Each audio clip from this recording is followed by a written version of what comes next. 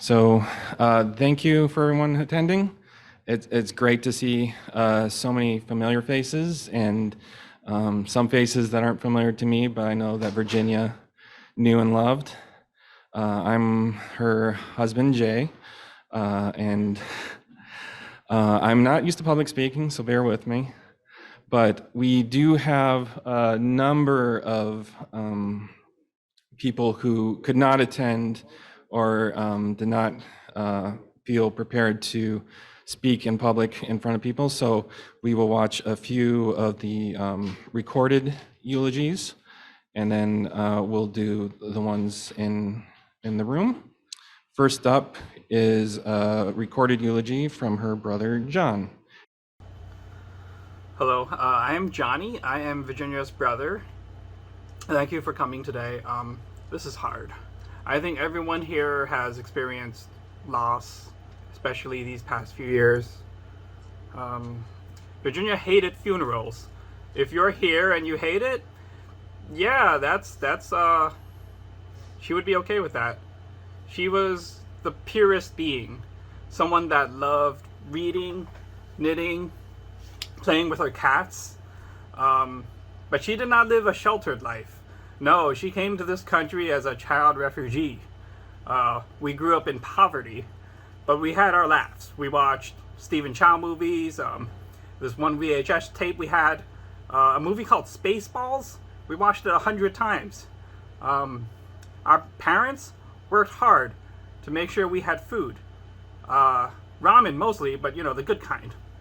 And Virginia worked hard too. She spent most of her time in the library, and in her short career, she's published dozens of articles. She cooked Thanksgiving dinner most years, usually a goose. She hosted Christmas. Every year around August, we'd also have a birthday thing for me and Jay. So one year back in 2014, around April, this was a month after Jay got hit by a car. So V was still taking care of him. And my mom, she was going through chemo. So me and Virginia we were taking turns staying with her. Anyway, around that time, Virginia, she said one day, she just calls me and she says, "Well, something's wrong with Dad." We saw him. We were kind of puzzled because he was awake, right? But he looked kind of drunk, but he wasn't, because he doesn't drink. So we took him to the hospital, and it turns out my dad, he had a cerebral hematoma, so he was bleeding in his brain. And me and Virginia, we were sitting in that hospital room as the neurosurgeon comes in. Guy looks a little tired. It was late at night. He comes in to do an emergency craniotomy, and Virginia says to me, she's holding my hand, and she says, "It's all going to be okay." And then it was. And it's hard to put into words what she meant to me, to us. She was, she was a shield. She was a pillar. She was everything. And in the last days that she could communicate, I told her how scared I was. And she was still joking around, reassuring us that she was getting the best medical care. And I think she really did. But there are limits to medical science. Limits that people like her tried to push. So thank you. Thank you for all the donations to the autoimmune charity. Thank you for coming. Thank you for sharing your stories and for listening. Thank you. Thank you, John. And next up is a eulogy from my friend Doug Weeks. Virginia was an amazing, wonderful, exceptional person in ways that I lack the words to do her justice. But I know that there are so many people here who have so much love for her that gap is filled and more. Her loss has diminished us all, and our world is a lesser place for it. In this place, I offer what I can. Goodwill, good speed, and goodbye. Thank you, Doug. Short but sweet. And then next up is a eulogy from her friend Julie. Thank you, Jay, for giving us the opportunity to gather both in person and online to remember and celebrate the life of Virginia and what she meant to us. I wish I could be there in person, but I'm extremely grateful for the opportunity to say a few words and share some memories that will hopefully convey what Virginia meant to me. I first met Virginia when I took a pathologist position at Memorial Sloan Kettering Cancer Center in New York. Virginia was a pathology resident at the Animal Medical Center at that time and spent some of her time training with us as well. After completing her residency, she accepted the position as our first fellow in comparative pathology at Sloan Kettering, and that's when I really got to know and love her. We quickly bonded, and she became one of my very best friends. Shortly afterwards, she and Jay moved into the same apartment building as I did, and that only served to strengthen our bond. I can divide our most memorable moments into the good, the bad, and the ugly but funny. Some of the just plain good times were spending Chinese New Year with Virginia and her wonderful family, learning the ways and interesting foods of their culture. Sea cucumber, anyone? We also shared many Thanksgiving meals together, summer parties on my terrace, cookouts, Sunday walks through the park to eat at a local diner on the west side, and weekly TV shows. She and Jay also served as pet sitters for both of my parrots, Little Gaucho and Patrick, for which I was ever so thankful. One of the true tests of friendship is being there during the bad times as well, and Virginia and Jay always were. One year, my apartment flooded and my relationship fell apart all in about the span of a 2-week period. They took Gaucho and me in, dusted me off, made sure I ate, and distracted me with the Olympics until the apartment and my heart had been healed, at least to some degree. Some of our adventures were certainly challenging, but laughable later, like when we flew to Seattle for a pathology conference only to get caught in a terrible storm. I was having a panic attack and Virginia was violently ill, but she never let go of my hand and we made it through somehow, much to my surprise. The other only fun later moments were when she accompanied me on some of my races, the most memorable being the Leadville 100 race in 2019. Both she and Jay came out to Colorado and endured altitude, sleeplessness, and my crabbiness to help me meet a distance goal. Little did I know at the time, but COVID was around the corner, and this would be my last time to see Virginia in person. We stayed in touch via phone and text, of course, and I knew she was always there for me, as she always had been. Anyone who knew Virginia knew that she was a homebody at heart, but she would go out of her comfort zone for those that she loved and was a fiercely loyal friend. That was what I will miss the most, knowing she was always there for me, no matter what. Cheers to you, my friend, until we meet again. I love you and will treasure all the wonderful times that we had together. Okay, thank you, Julie. And next up, I'm not sure everyone is aware, but she spent a lot of time crafting and a lot of time on a website called Ravelry, and she made a lot of online friends. And some of those friends have recorded eulogies. So next up is one of her online friends, Asia. Hi friends, I'm Unplanned Collie, also known as Asha. In spring of 2019, I finished knitting an intricate lace shawl and found out it was way too small for me to use. Virginia said it would be large enough for her, so much to her delight, I just sent it to her. I did exactly what she would have done, noticed something would bring someone joy, and without much deliberation gave it to them. She would later write that Jay is jealous of her international friends, but the truth is that we, the knitters, crocheters, spinners, and sewers, had a friend like that, and our partners could be just as jealous of a wonderful, freely giving online friend. The world has lost a shining star. Thank you. Okay, thank you, Aja. And next up is a tribute from her friend, Lori. Hi, I'm Lori from Port Angeles, Washington. I met Virginia at the start of the pandemic through Carol via email when we decided to start a long-distance mask making and support group. Our small group includes mask designers, sewers, and end users in healthcare professions. We still meet up on email intermittently to share joys and sorrows. One of our greatest sorrows being the loss of sunny, funny, vibrant, dedicated, beautiful Virginia. Virginia's professional expertise and teaching skills easily came through, even in this digital setting. We got a good lesson on sensitivity and specificity of COVID tests and the effect of various levels of community spread. On my own quest for a low-sugar, chewy, chocolatey brownie recipe, I learned from Carol that Virginia was the brownie whisperer.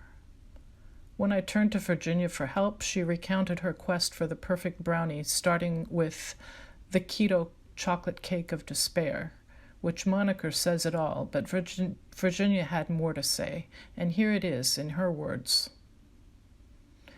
The keto chocolate cake of despair. A diabetic's desperation for some indulgence led to online shopping of Birch Bender's keto cake and paleo pancake mixes.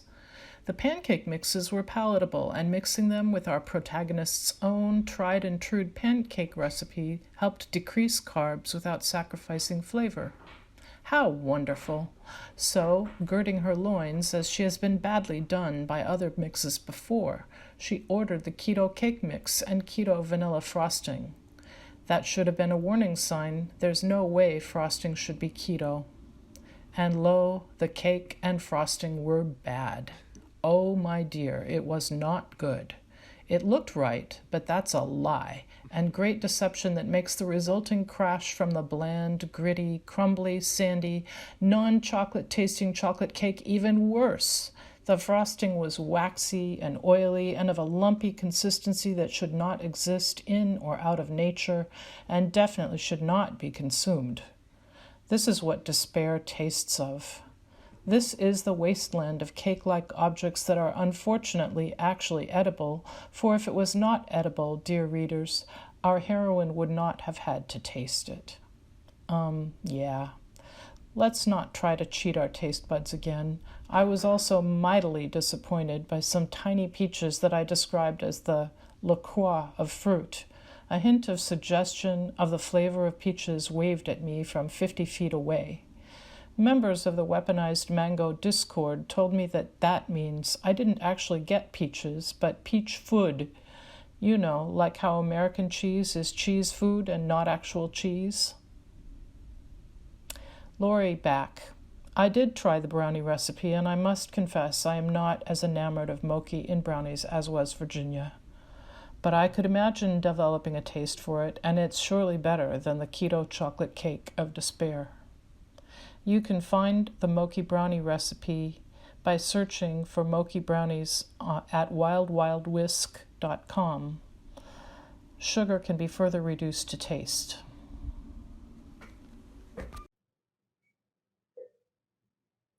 Thank you, Lori. Next up, Lori again reads a tribute from Virginia's friend Carol, who. Hi, this is Lori, friend of Carol and Virginia, reading for Carol. The rest is Carol in her own words. We never met in person, never heard each other's voices.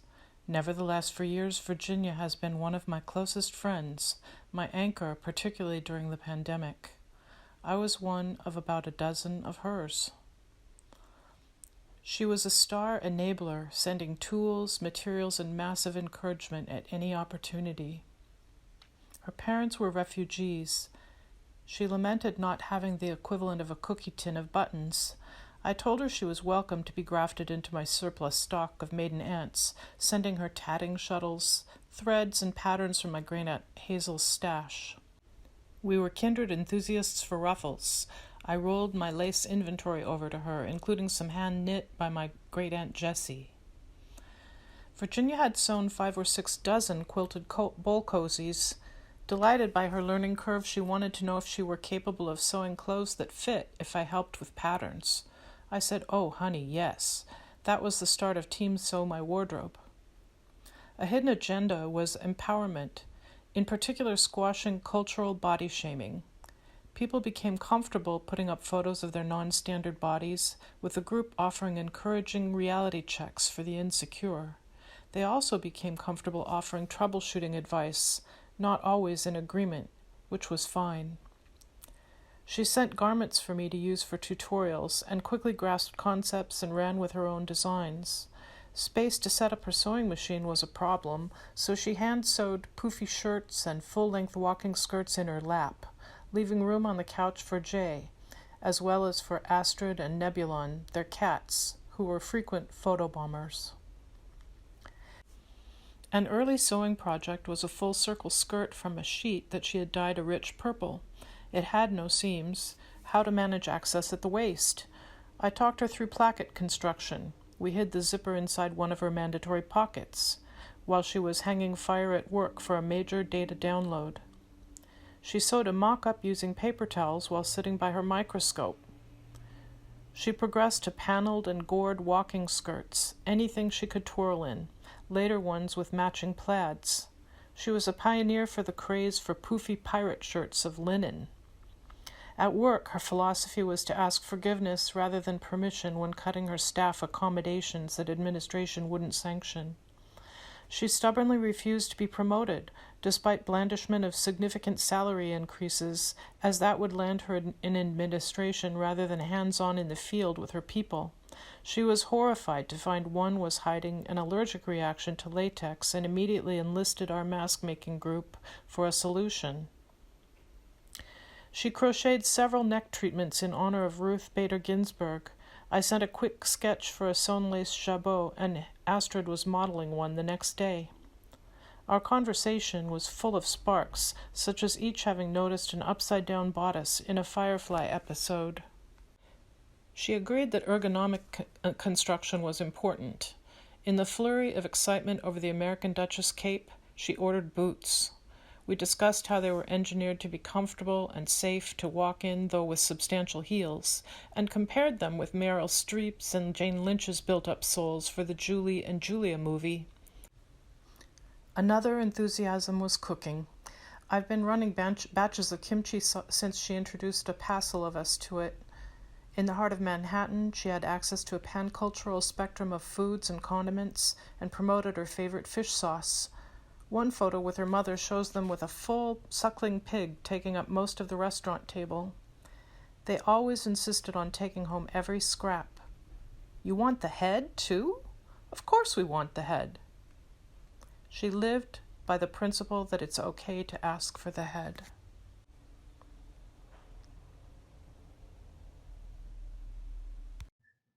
Thank you, Carol, for those touching words, and thank you, Lori, for reading them. A few notes. She called one of our cats Nebulon. That was his name when we adopted him. I renamed him Nibbler, but Virginia still called him Nebs or Nebsy on occasion. And we do have several of her examples of her sewing in the back. I'm sure most of you saw them, but after the service, you can also go back and admire. Specifically, that purple skirt is back there. And then next up is a tribute titled Gunk Remembers by Pimmy. Pimmy describes Gunk as a magical being that lives in a burrow in the writer's storyteller's garden. She causes mayhem and mischief, but will also come in the house to talk and eat chocolate cookies. So here's that story. Let me read you a story. Gunk remembers. For a long while, Gunk had not been around. She was out having adventures. When she showed up again, she was more than happy to trade chocolate cookies for tales of where she had been. This morning, just like the days before, Gunk came into the kitchen to tell more stories and eat more cookies. She jumped up on the table and looked at me with some concern. "Why are you crying?" she asked. I told her that I'd just received the news that a dear friend of mine had died. "But why are you crying?" she asked again. You don't cry when other things die, like this cookie, she said as she shoved the whole cookie into her mouth. Or when that hedgehog was run over by the nice man's blue van, she continued, sounding muffled with her mouth full. I tried to explain it to her, but Gunk just couldn't grasp the difference between the death of a cookie, the death of an animal, and the death of a dear friend. To her, they all appeared to be sort of the same, and none merited mourning somehow. I asked her if she had ever lost someone she loved. I had to explain that to her too, as she thought I was asking her if she had ever misplaced someone she loved. After the confusion was cleared up, she said, "Of course people I love have died. The last one was my gran, seeing as you don't count the hedgehog. But I'd rather remember how Gran lived than how she died. Her death was boring. She just sort of went. But her life, it was amazing. I have loads more memories of that." She looked at me, wrinkling her brow. "She may be dead," Gunk said thoughtfully, "but that doesn't mean she's gone. Don't you remember all sorts of things about your friend?" I had to admit that I did. Gunk asked me to tell her. When I did, she kept asking for more.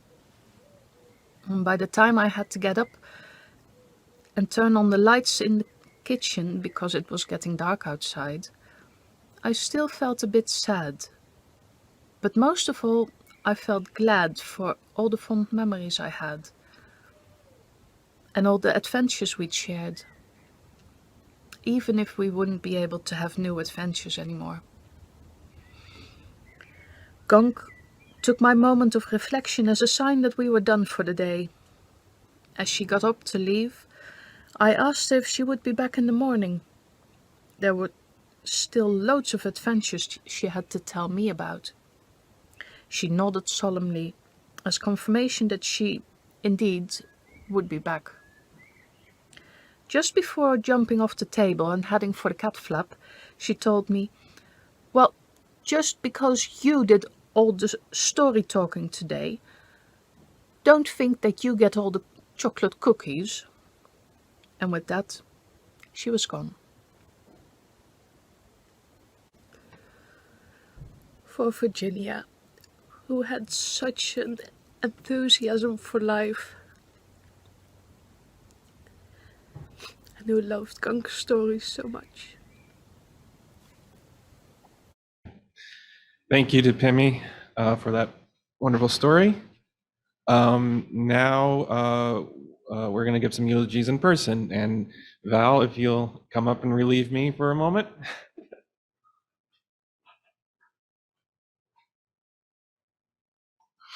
Hi, everyone.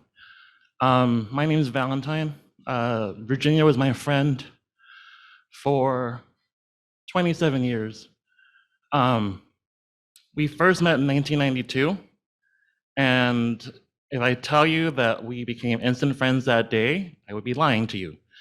We did not start off as friends at all. We had some sort of 11-year-old, 12-year-old conflict over lockers in the hallway at our high school.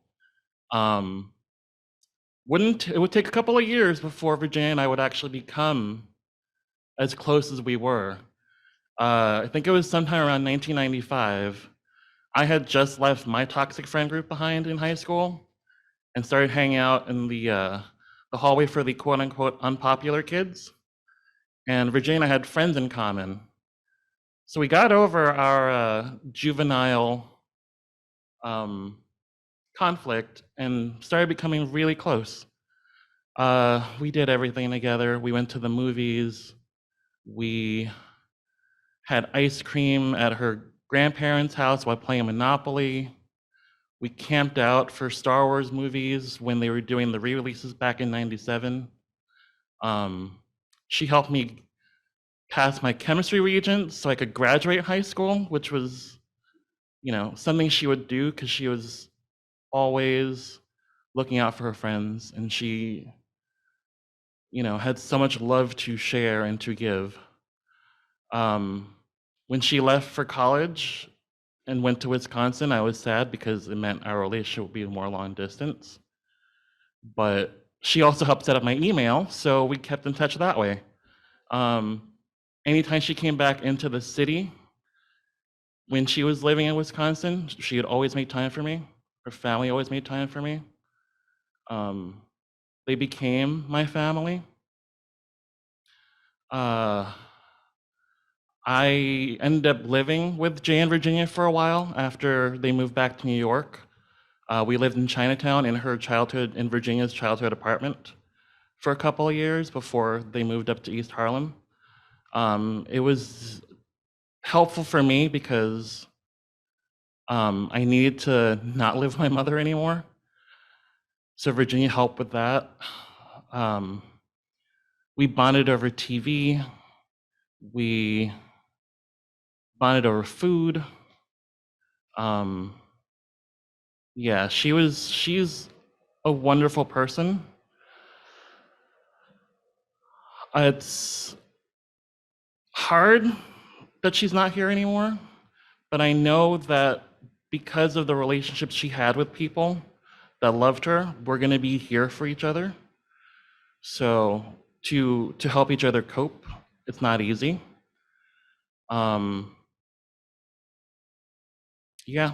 She's someone I love dearly. I'll never not love her, even though she's not here anymore.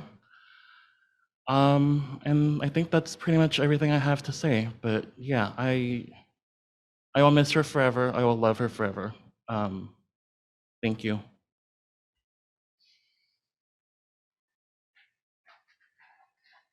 Thank you, Val. And so now comes the part where you have to suffer through my eulogy. I wrote it up and I just kept writing. So it's very long. I think I got it down to a tight 45 minutes. So it's not that long. You'll be relieved it's not 45 minutes, but we'll see some slides of Virginia while I read this. And I think it's very fitting that Virginia's memorial is being held here at the Strand Bookstore because Virginia loved books. She loved reading and in turn loved visiting the store growing up. When I first visited New York City with her, Strand was one of the must-see destinations she wanted to show me, up there with like the Empire State Building and the Statue of Liberty. This was just as important. Virginia is also indirectly responsible for me getting a job here at the Strand, since when we moved to New York, her best friend Val was working here and he gave me a referral for a job application. So she's to thank or blame, depending on your point of view. And it was Virginia's love of books that got us together in the first place. After high school, both Virginia and I attended the University of Wisconsin in Madison, and we ended up on the same floor of the same dorm. We were passing acquaintances for the first semester, but in the second semester, there was a group of us dorm residents who hung out and we were moving from room to room, chatting and having fun. And one night we eventually ended up in her room and I was immediately struck by her bookshelf because there on her bookshelf was a near complete collection of the Discworld series of books by Terry Pratchett. Now, for those who don't know, Terry Pratchett is a comedic fantasist, best known for his series of novels set on Discworld, a flat disc on the back of 4 elephants, who in turn stand on the back of a giant turtle. Magic stuff. That series eventually grew into a massive 41 novels, but back in early 1998, it was a much more manageable number of nearly 21 novels. And she had all of them. Now, as a fan of these books myself, I had yet to meet someone else in person who had even heard of this book series, let alone had read them all. So at this point, I, as they say, like geeked out and started just gushing about the series with Virginia, and we started talking about it. And at some point during our reminiscing of the series that we both loved, we reached a point of contention where she and I remembered a particular plot point happening in a different book. Now, keep in mind, this was early 1998, and the internet was still in its nascent stages, and it wasn't the easily searchable font of information it is now. Even if you took the time to dial into it, yes, dial in on a phone line with a modem to access it. Google wasn't started until several months later, and Wikipedia was still years away. I mean, it's true, I checked the dates on Wikipedia to confirm this.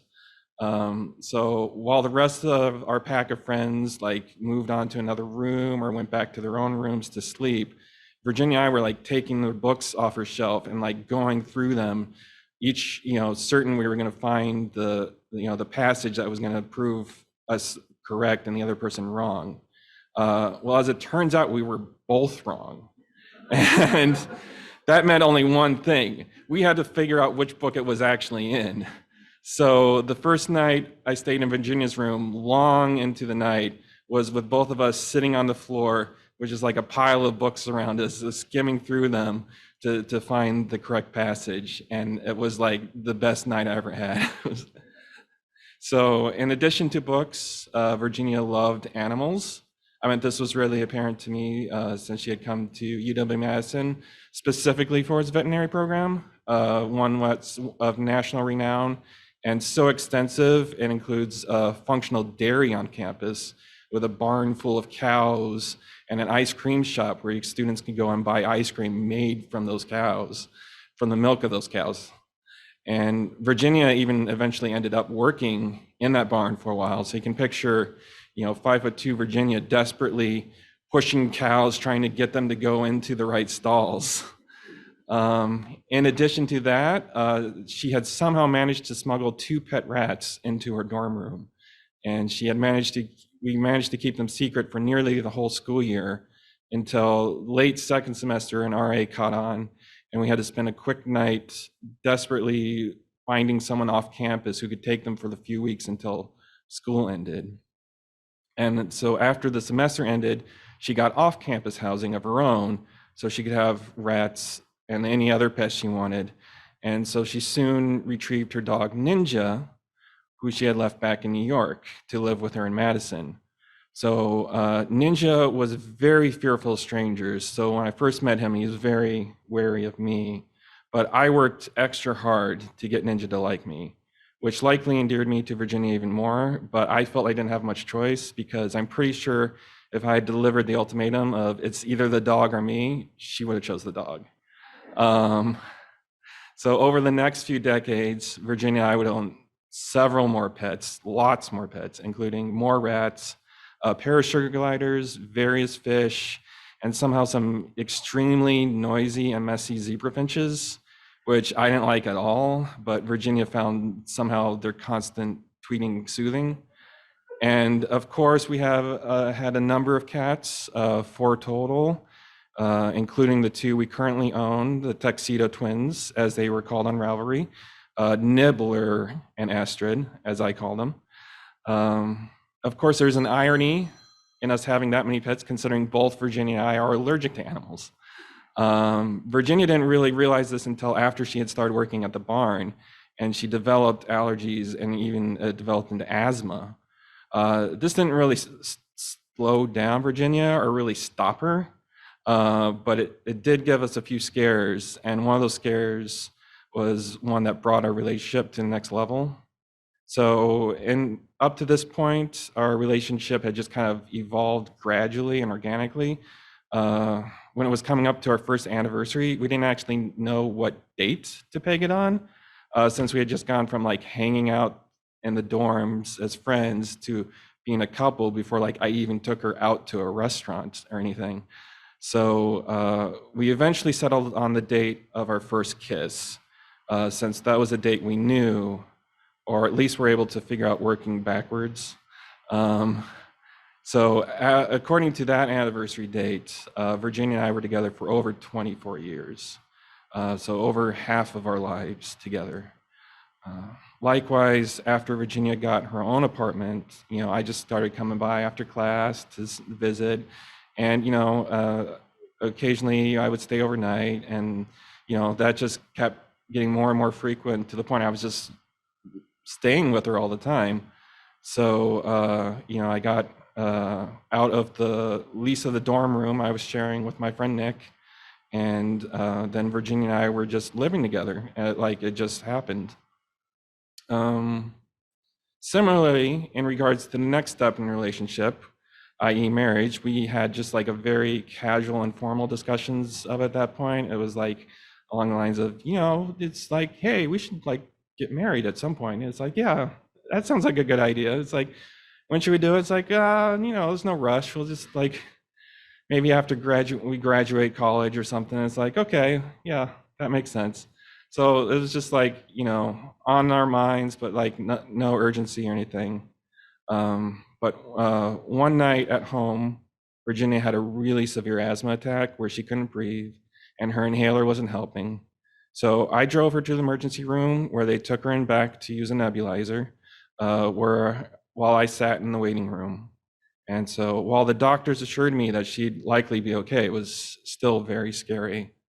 So I sat there in the waiting room thinking, she could have died without knowing that I really, truly wanted to spend the rest of my life with her. So I resolved then and there to propose to her, because whatever the answer she gave, I just wanted her to know how I felt. So when I tell that story to people, they often say it's sweet, but Virginia said she always found it a bit morbid. But when I did propose, she said yes. So I must have been doing something right. So we got engaged and we got married, and all through this, Virginia was going to school, undergrad, and then into vet school, as well as working several jobs. Now I had dropped out of college pretty early on, and I was working full time, but Virginia wasn't one to feel financially dependent on her boyfriend or even her husband. So she had left the job at the dairy, but she got a job working at a pet clinic on weekdays after class, first as a veterinary assistant and then as a veterinary technician after getting the certification. Then she got a second job helping out a kennel on weekends. Then she got a third job working as a vet tech at an emergency clinic. Now, it seems crazy that someone was holding down 3 jobs while also going to veterinary school. But if you know Virginia, just imagine her determination and drive paired with her being in her early 20s. So it was when she started a 4th job that I finally put my foot down. One of the few times that I ever did so with her. I was like, what are you thinking? Having 4 jobs while going to vet school? That's crazy. I want to be able to see you sometime. You're off at work all this time. And so I looked her firmly in the eyes and I asserted, no more than 3 jobs. That's the limit. So she quit the 4th job. So we spent 8 years in Madison together as she went through undergrad and vet school. She even learned how to drive a car in Madison, because you do not learn to drive a car in New York City.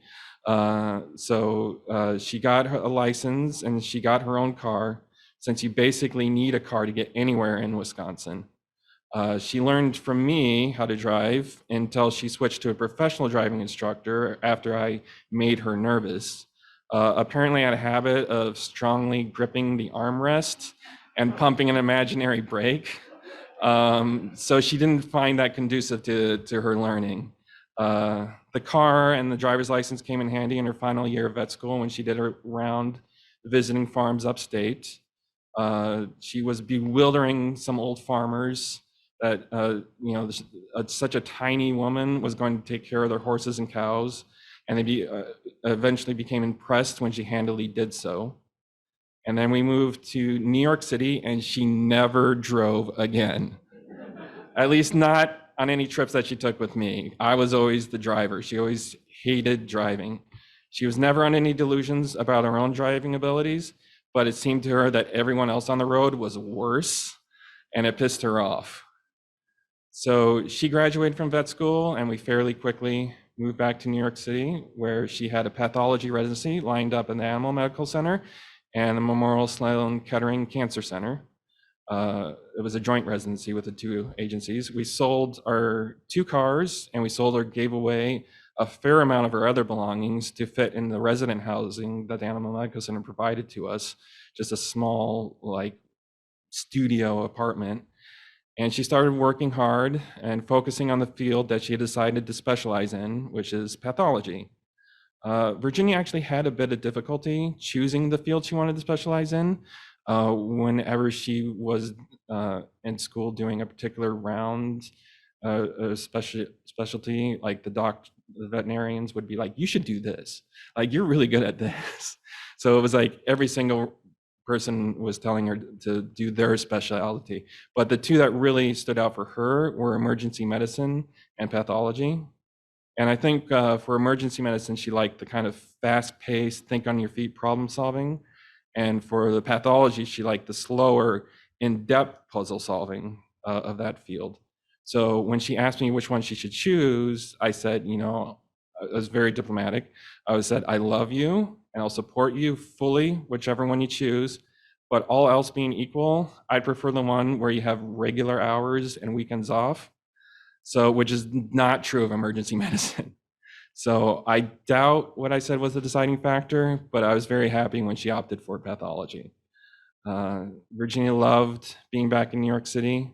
She never liked that in Wisconsin, stores closed early, and on Sundays, they were sometimes not open at all. And in New York City, one could walk to the nearest bodega in the middle of the night and buy something. And so when I pointed out that we don't actually ever do that, she retorted as the principle of the thing.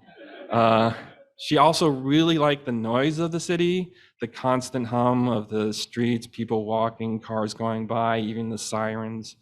So some parts of Wisconsin can be eerily quiet in comparison at night. So she was a true New Yorker. After the residency, she got a fellowship in comparative pathology as part of the tri-institutional program with the Weill Cornell Medicine, the Rockefeller Center, and the Memorial Sloan Kettering Cancer Center. And then after her fellowship, she got her dream job at the Icahn School of Medicine at Mount Sinai as the head of comparative pathology. And her full list of job titles were, okay, let me pull out her business card. So it's assistant professor, head of comparative pathology, director of the comparative pathology lab, and the Center for Comparative Medicine and Surgery. So it's a very impressive list of titles that I don't fully understand all of them, but she loved that job. She loved the work, and she loved her coworkers, and she told me that was the job she just wanted to do until she retired. So after landing that plum gig, our income increased so much that we're actually able to purchase an apartment in Manhattan even, albeit the Upper East Side. It's not the trendiest neighborhood, but we like to think of it as up and coming. So finally, after 8 years of college, a 3-year residency, and a 1-year fellowship, we were finally starting to enjoy the fruits of all her labor. Also, with no more studying to do and no second or third job, Virginia finally had a lot of free time on her hands, which she used to pursue various crafts, starting with knitting. She actually had been knitting off and on for several years, but spent the whole time finishing one scarf. When she started, she said she was going to knit me a scarf, and I said, I don't like scarves. Whenever she pulled it out to work on it a little bit more, she'd let me know it was for me, and I'd remind her that I don't like scarves. When she finally finished it, she gave it to me, to which I replied, well, it's very nice, but I'm never going to wear it because I don't like scarves. And this upset her, but I was just being honest. But she got over it, and so she decided to start knitting socks and hats for me, which I do wear. And I'm wearing a pair of her socks right now. This is the only socks I wear. And she's made them for me over so many years. It made very easy birthday and Christmas presents for her, but I still love them. I've worn some out to the point that she had to darn them. And one of the last pairs of socks she gave me is this pair. I brought props. So this astoundingly loud neon green and orange pair of socks. And I hate this pattern. But I still wear these socks because she made them for me. So after she picked up knitting again, she went fully into it. As you know, Virginia was not one to do something only halfway, as she just get fully invested into it. So she started knitting a lot and started using the online site Ravelry to keep track of her projects. And then she started getting interested in other forms of crafting that people on Ravelry were talking about. So I'll let her Ravelry profile describe this to you in her own words. From Virginia, I love to create and decorate because it makes me feel so damn clever. Knitting is my gateway craft. I started spinning with a spindle in March 2012, bought my first spinning wheel June 2012, and second spinning wheel September 2012. A couple of rigid headed looms in 2013, a couple of inkle looms in 2014. A collection of spindles, fiber, yarn, and knitting needles live happily in many nooks and crannies in my apartment, despite corralling efforts by various two-legged and four-legged inhabitants. I also sew, embroider, tat, make jewelry, quilt, and draw, mostly mandalas. Multi-craftural is my MO. So that's how she described it. In the last few years, Virginia had gradually converted our guest room into a full-on craft room and was often on the couch knitting or otherwise crafting something while we watched TV together. She seemed pathologically unable to just sit still and watch TV. She just had to always have something in her hands and do something with them. So anyway, that's the end of the biographical section of the speech. How are we doing for time? We're good? You're gonna continue? Okay, chapter 2. So now that I've finished summarizing what she did, I'd like to expand a bit more on who she was. She loved food, all types of food, and like many things she was interested in, she was adventurous and enthusiastic about trying new things. She exposed me to so much new food. One thing she loved about New York was both the breadth and the depth of the food offerings here. It seems like for any style of cuisine from any country or any ethnicity, you can find a restaurant in New York that serves it. And Virginia was not afraid of trying new things. The enthusiasm and adventurous nature transferred over to her cooking, where she loved trying new cuisines and recipes. And she loved sharing her love of food and cooking. There were several home gatherings where friends would come over just to make batches of dumplings. And we'd go over to other friends' houses for gatherings to make other dishes that Virginia was interested in learning, like how to make like home fried naan. She also made friends easily, or at least in a way that looked effortless. Everywhere she went, she just made friends quickly. I remember when during her residency, she did an externship of sorts at a pharmaceutical company out in New Jersey for a few weeks. I think it was like 2 or 3 weeks. It was a very short time. But by the second day, she had a lunch group of like half a dozen people. And when she left, the lunch group threw her a goodbye party. And I'm like, how are you getting a goodbye party when you've only been there for like 3 weeks? But people just seemed to take an instant liking to her. And I think part of that was her unbridled enthusiasm for things she loved and her willingness to share that with others. Her enthusiasm and joy was infectious. And you just wanted to do whatever she was doing because she plainly enjoyed it so much. In the condolence cards that I've received so far, one common thread is Virginia's enthusiasm and joy and how often she inspired others, whether in her professional career or with her hobbies. She was also very honest. She's very direct and to the point and unguarded in her responses, sometimes to the point of bluntness. She was never mean. She wouldn't say anything to hurt you, but if you asked for her honest opinion, she'd give it to you. And she was fiercely loyal, both to her friends and coworkers. I remember when she started at Mount Sinai and was now the new boss to a lab of employees, she felt that it was now her job to support them the best she could and help them succeed. In the budgeting for each year, she would argue for new equipment to make the jobs easier and more efficient, and she'd argue for raises. And when the pandemic hit, her priority was making sure that her team was still paid while they were stuck at home. Likewise, with her friends, she was always willing to help when needed, no matter if it was real life or virtual. I remember when the site Ravelry had a site design update that caused accessibility issues with some members, and she was very upset. She was talking to me about it and just very animated, which she didn't often do when she was talking about her online antics. And she was cheap, I mean frugal, and she wasn't one to spend money quickly or lightly. She worked those 3 jobs while in school to keep her student debt low. And even after getting a high paying job, she kept from spending extravagantly, focusing instead on paying off what we owed on the apartment faster and saving for retirement. When she did splurge, it was off on a sale of wool or yarn or other crafting supplies, with the rationale that she was actually saving so much money by buying it cheap while it was on sale, and she'd store it for later. But she was also extremely generous. If someone on Ravelry needed a particular skein of yarn or other supply and Virginia had it, she'd most likely just send it to them for free so they could complete their project. When someone needed a place to stay, we'd take them into our homes, whether it was just for a few days or a few years, or although the ones that stayed longer did pay rent, but she just loved helping others. Whether the aid was financial, instructional, or just moral support, just listening to you. When in 2014, she got hit with a triple whammy of me breaking my leg, her mother getting diagnosed with cancer, and her dad suffering a subdural hematoma, all within the span of 1 month. Those things happened.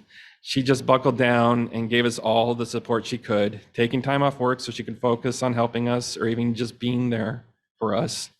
In turn, when she went into the hospital recently, several doctors and nurses commented on just how dedicated her family were in being there for her and caring for her and voicing our concerns and questions and stuff. But I think for us, or at least for me, I'll just speak for me, I was just following the example that Virginia had already set. She also had a dark side, but I feel blessed to be one of the few to witness the grumpy, introverted Virginia who didn't want to go to a restaurant or to a movie theater, and in no way, shape, or form wanted to go to a party of all things. This Virginia just wanted to stay home all day, sit on the couch, watch TV, and knit. This Virginia secretly reveled in using the COVID-19 pandemic as a reason to not go out and do things, not just stay home for days on end. When she did go out to a party and to a restaurant or something, she'd just come home exhausted. And it was very hard to reconcile this extreme introverted Virginia with the extremely friendly Virginia and outgoing Virginia that other people saw when she did go out. But I think I figured it out. The thing with Virginia was that she never did anything halfway. And whether it was work, crafts, or friendships, she just went all in. And so when she did go out and socialize with people and socialize with you as a friend, she was 100% invested in that. She was fully present and there for you to talk to you, indulge in your interests and everything. She made you feel like the most important person in the world to her, because for that time she spent with you, you were the most important person in the world to her. She just gave of herself fully in those situations. So it's not surprising that when she got home, she'd just be worn out and just need some time to recharge.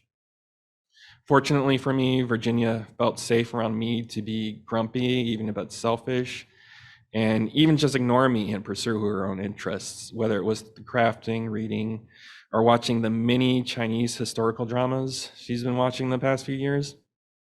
One of the things we did home alone together was watch a fair amount of TV. Her simultaneously working on the knitting project and me, actually paying attention to the show. And during this difficult time, I have actually reflected on some parts of a show we watched together called The Good Place. And if you haven't seen The Good Place, it's really good. It's great. You should go watch it.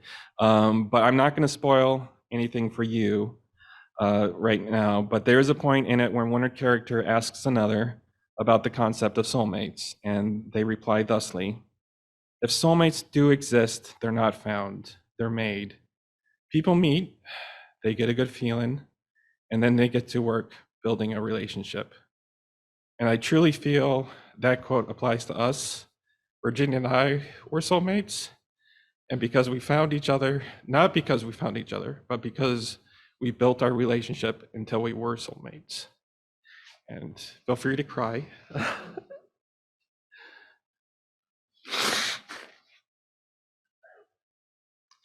This is near the end, so I think I can power through. So there's another quote from The Good Place, and it's a Buddhist parable about death.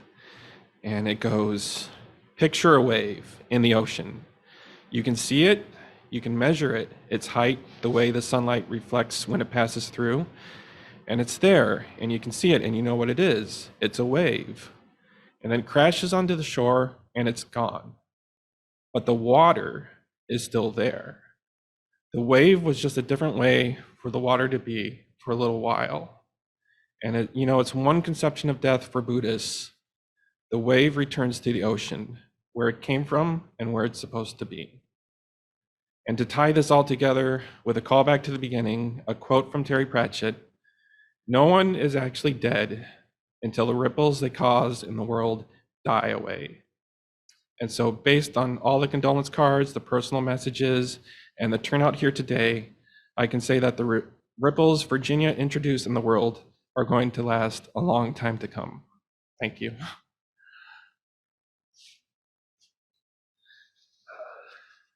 So that is it for the planned eulogies and responses. If anyone is feeling that they would like to say something, they can come up here. We also have a second mic that I can pass around if anyone would feel more comfortable to talk in their chair or stand up or anything. Otherwise, thank you for coming. It's only 2:00. I mean, we got lots of time to kill. You can do a Q&A. You want to ask me things about her or anything? What was Virginia's favorite, movie or something? Or it was, I believe it was Oh Brother, Where Art Thou?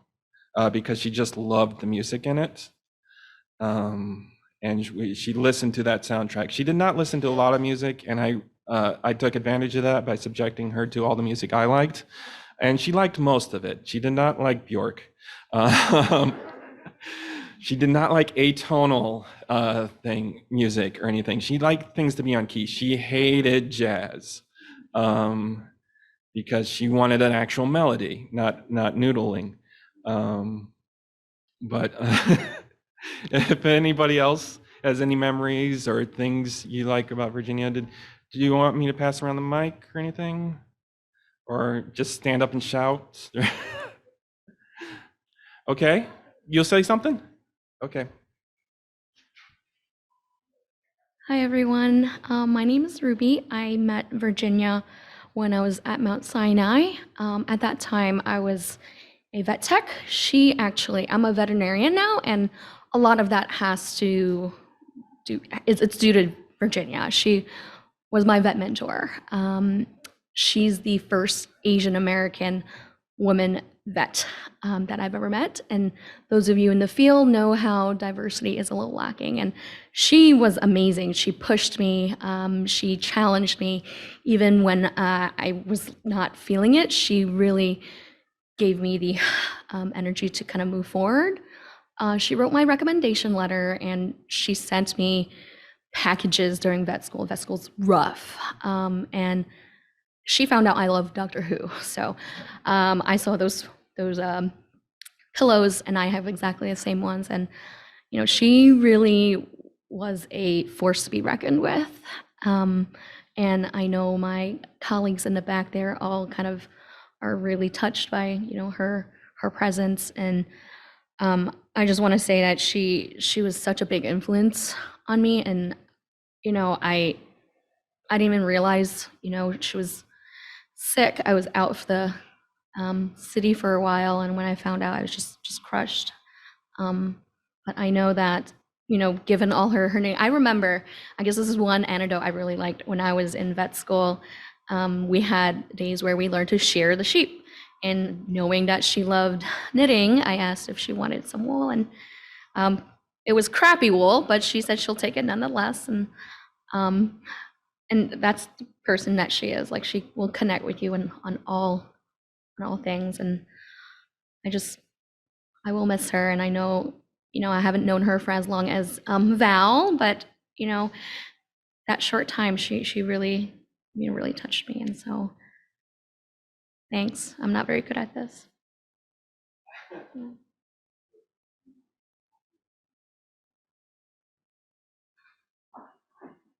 I really don't know why you say you're not good at that, because that was great. Thank you so much for that.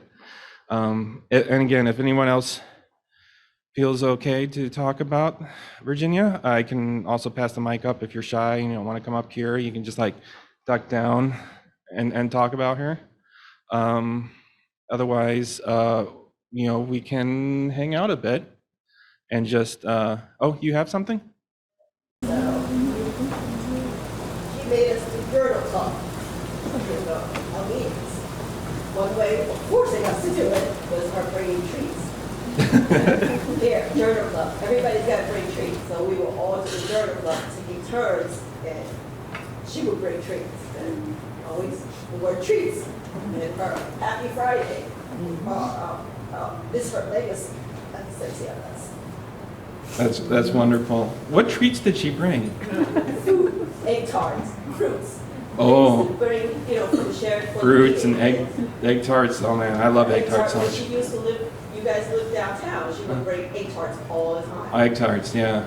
Did you bring the sponge cakes? Sponge cakes. I love those sponge cakes. Those sponge cakes were great. We lived in a building. The sponge cake was on the ground floor, so she would just have me run down and get sponge cakes and milk tea for breakfast and bring them up. So I had to get dressed. She just stayed in her pajamas.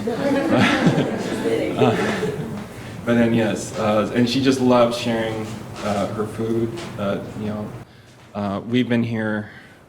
My mom's been visiting for the past few weeks, and her parents have been taking us out for dim sum, and we went for Vietnamese and such. It's so many great foods, and it's just emblematic of what Virginia would do. She just loved all the foods and sharing the foods that she loved with others.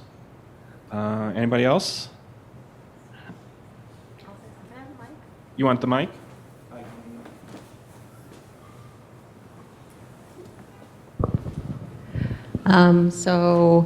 The group of us here are from the residency program that Virginia, the pathology residency program that Virginia did at AMC and Memorial Sloan Kettering. And when I think of Virginia, I think of a lot of different things, but I also think about food, two things, food, and crafting. We bonded with her. Jay mentioned dumpling parties. We would gather at one of our places and cook together. My friend Nan here is from Trinidad, and so we would go up to her apartment in Washington Heights, and she taught us how to make curry and paratha roti and coconut fudge. And the thing about Virginia was, out of all of us, she was the only one who would go back home and cook. These were very complicated, time-consuming, labor-intensive recipes, and she loved it all. And she would go back home and cook for Jay, cook it all for Jay.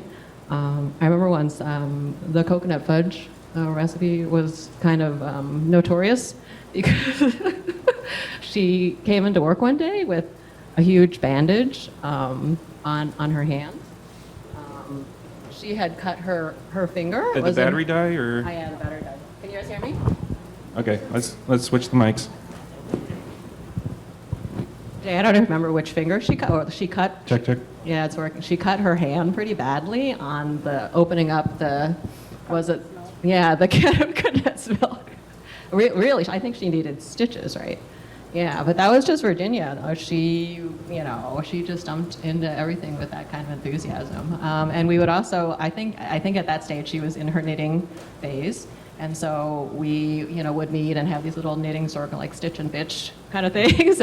And she, made us little stitch hold. I mean, she was just like that. She would just, think of something, some way to be generous and creative.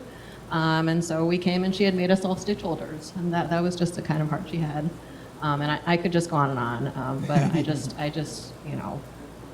when I think of her, those are the everything that everybody has mentioned today, that's what I think about. And I will miss her spirit in the world dearly. But as Jay said, the influence, the example and the influence that she has set will live on. Thank you. A bit more about that cut. She had opened a can of I think it was sweetened condensed milk for that recipe, and the lid fell, so she went to catch it with her hand, and she severed an artery. So then it was spurting, and I was on my way home. So the thing she was thinking was like, "Oh, there's all this blood over. I have to clean this so Jay doesn't freak out." And so she was fruitlessly trying to scrub it while more blood was spurting. And so then she finally bandaged and went down to our doorman, who got her a taxi, I think, to the ER. And she managed to text me that she was in the ER with a severed. So don't freak out about the kitchen, because all the blood in the kitchen. She's okay. But yeah, she loved cooking, and I don't know if she cooked for me, but I definitely enjoyed the fruits of her labor. She enjoyed cooking way more than I did. I started cooking more. I did make her cry once, because I'm a very grumpy cook if I don't get the recipe right. And she was being very sweet, and she was like, "This food's very good." And I was like, just being like, "Ooh, I like missed this ingredient, or I like timed this wrong." And I was just sitting there like grumbling over my own meal, and she started crying, and I was like, "I'm sorry." It's like, because she just wanted me to, help out and cook a little bit more, and so she was trying to encourage me. But so I loosened up, and I figured out that she'll just eat whatever I make. And she'll just be nice about it. She'll be like, "This is good." And so I did a lot more cooking, but unfortunately, I do not know half or even a fraction of the recipes that she knew. She was just amazing with all the recipes that she loved to make. So did anybody else, is it passed behind you? Or if you want to come up, you can come up as well. Either way, I can just stand here. Yes, okay. So I'm Cindy, and we were the pathology lab that worked with Virginia. So we had the privilege of, seeing her every day. And she truly was, she didn't just care about the animals. She really cared about us as well. And as you all said, the cooking, we had many a lab lunch, and sometimes we would try to keep it on the down low. But somehow Patricia would always find out, or she would come knocking on our door, and it's like, "Oh no, somebody's going to find out we're eating in the lab," or in the office, wasn't the lab. Yeah, and just her adventurous, her spirit. I do remember, Virginia liked big things, right? So there was one day there was a call that came in. We had a collaborator at Mount Sinai. Her name was Dr. Joy Reidenberg. And there was a whale that was beached in Brooklyn, and she was like, "Let's all go to Brooklyn and do the autopsy on the whale." Like, she really, let's see what we can do, what we can find out. So somehow we managed to get together. I had my little car. We all piled in. I think Melanie was in the car. And we drove out to Brooklyn. And unfortunately, we arrived a little bit at the end. We were delayed by the inspector, last inspection. They were doing this. They kept us there. We were all like on the edge of our seat trying to when can we run out of here? Because they're all staring at all of us. Yeah. We couldn't leave. Exactly. So it was always an adventure with Virginia, and she cared about us a lot, and she wasn't, and she did have that ability, she really had that ability to make you feel like you were her friend. Even though she was our boss at times, and she would be like, guys, we got to get this done, and this and that, but you always knew that she was on your side, you know? And so it was a privilege really to work alongside of her. And so we will miss her a lot. Ying took good care of her in the lab as well. As much as Virginia took good care of us, Ying was always like taking good care of Virginia. She's like, oh, I can't give Virginia all these slides just yet because she's gonna freak out, and we don't want her to freak out, you know. So Ying was always taking care of Virginia as well, and so it's a privilege to be here and share stories and memories with all of you. And so we're all of our hearts are in the same place today. We'll miss her.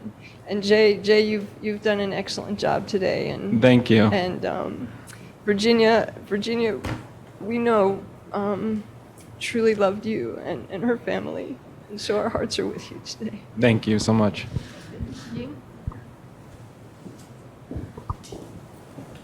Hi. You can take your mask off. Sorry. Hi everyone. I'm Virginia. I'm working with Virginia longer than 10 years. When she first day coming to the Monsana, we are together. So I learned a lot of things from Virginia, and she's very nice.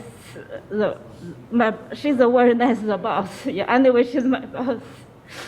She's very nice working with all the group. And Emma and Cindy and Melanie, we are working together. We are the team. We are the best team, and I really don't know how to say something. I will say she's my best friend. It's not she's not she is my boss, but I will still say she's my best friend as the first thing. We love each other, and I don't know in the future. Every day I come into my office, we are in the same office. I don't know something, but I will say she always in my heart, so I love her so much. Thank you, everyone. Thank you.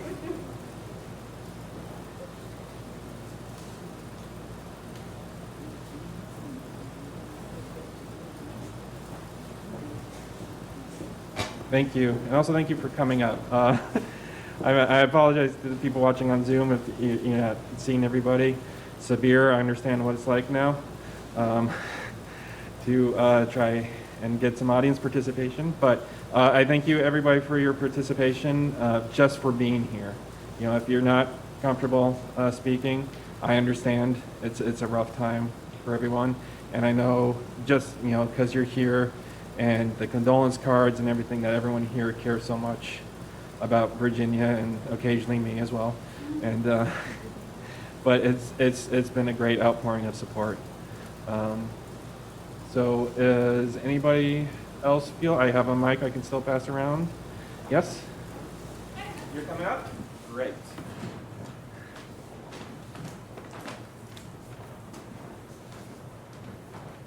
Hopefully I do a little better this time, because I started crying last time. So I met Virginia through the crafting group online. I had expressed kind of a lament that I thought that some of my mobility issues wouldn't let me spin. Her response was to send me a supported spindle and talk me through everything to try. And I was having difficulties, and her response was, New Jersey isn't very far. Why don't you come up for a day? And I'll show you how to process wool. We skirted a fleece. She taught me how to use all the tools. And before that, she had sent me a box that you can tell me if this is true or not. She said she had to sit on it and you had to tape it shut because it was so full. Yes. And And when I was leaving, she's like, no, you need to try this and this. And then my backpack was full. And she's like, wait, there are tote bags in there for you to embroider. Get one of those. And filled. And I was like, you and your unbridled joy and your passion for this, there's no way to do anything half-heartedly. Having known you as my teacher, you are more than enough. And she was known for that in our group. If anyone showed any kind of interest in anything, very casually, hey, can I have your address? And a package would show up at your door however long shipping took, whether they be in England or the Netherlands or Russia or New Jersey. And it wasn't just crafting. I had a dog, and when my dog got sick, she was talking me through everything and comparing it to her time with Ninja, because Ninja had gotten sick like that one time. And our last conversation was actually her checking on my dog Amara and me checking on her, because I knew that her health was getting worse. And so she will be missed the world around. And I just wanted to say that little piece because she was so beloved. And we are going to carry on her memory.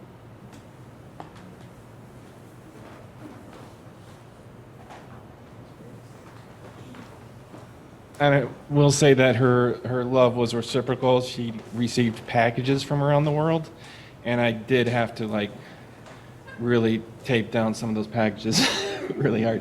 Did you want to speak on the mic, or? My boss wants to call in. Okay. You want to bring it up and you just hold the phone? Yes. I just wanted to just comment, and I apologize for not being. I just had neck surgery about 2 or 3 weeks ago, so I'm still in recovery. But I just wanted to make sure I gave a comment on Virginia, who was just huge to our operation. Me and Virginia started together in CCMS. She came about 3 or 4 months after I started. We were both fresh out of our residencies, and just tackling the world of the new space together.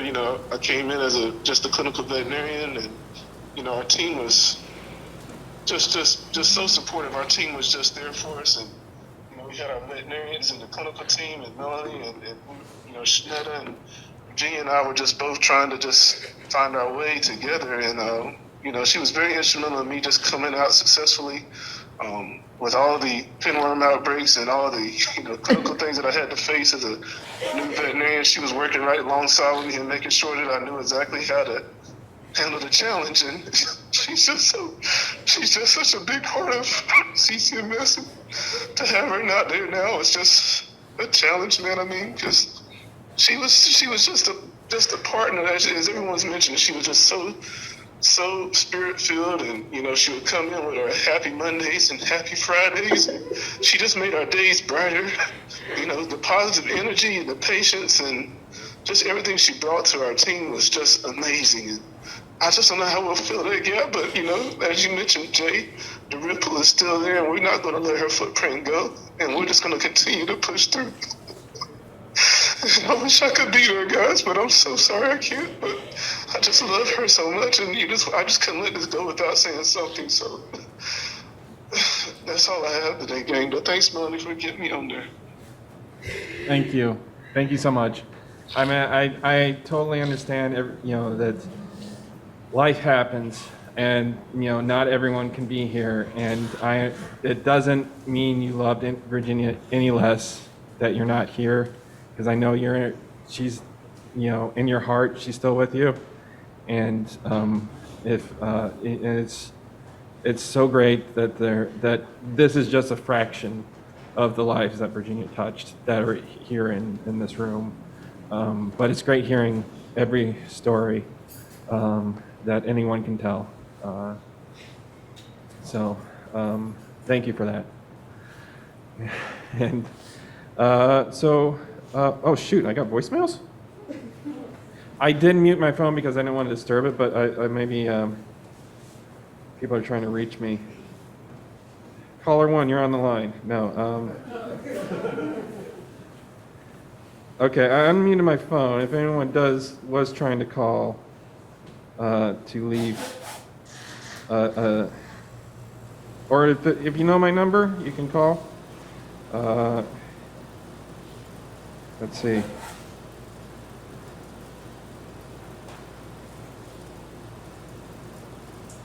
Okay, no, it wasn't,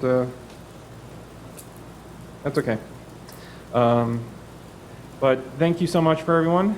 I do not want to leave anybody out, so if you have the courage to come up, you can stand up and come. But otherwise, I don't want to, drag everyone out for this for too long.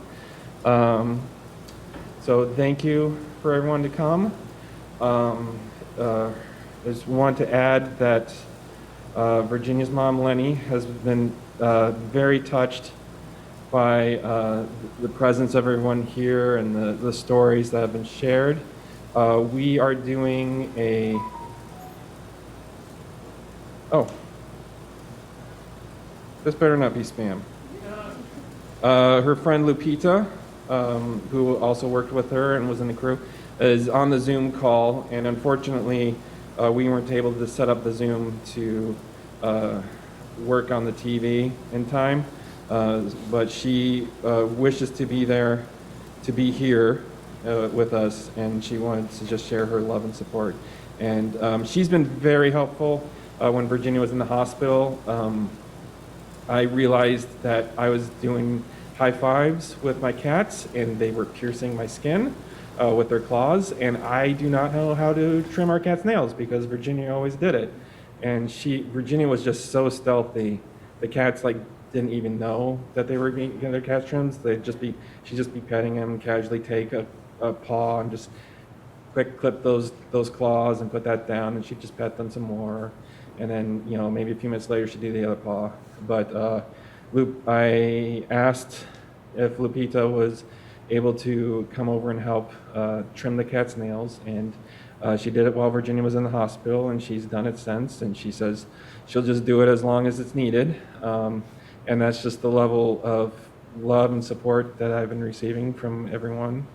I have been running out of ideas for people to help me out because there's just so many people offering help. And I have not asked you for your help. It's not, it's been very appreciated. I've just been receiving so much help. It's been overwhelming. And, but it's all greatly appreciated. So again, we are going to Chinatown to do a Chinese dinner and a white wine ceremony at 5 o'clock. This is very short notice for a lot of you people, and I totally understand, but she's decided to invite you all. So if you can come, I can give the details. It's going to be at a restaurant. Here we go. It's the Original Buddha Bodai Kosher Vegetarian Restaurant. It's at 5 Mott Street, New York, 10013 at 5 p.m. I don't know if anyone on Zoom can make that. But I can post the details. Maybe I can put it on the screen or something after this. And if you have other obligations, this is very short notice, I understand. If you need to go do something else or do something, or you're overwhelmed and you need to go home and such. But you are welcome there. We're going to get a lot of tables. It's going to be a lot of food. It's 7 dishes of food, so pace yourself if you do come. Do not eat too much of the first dish because there's 6 more coming. And so thank you all. And we have a bit more time here, and I'll be in back and we can talk about her crafts and you can reminisce with each other and ask more questions. But this will be it for the service. Thank you.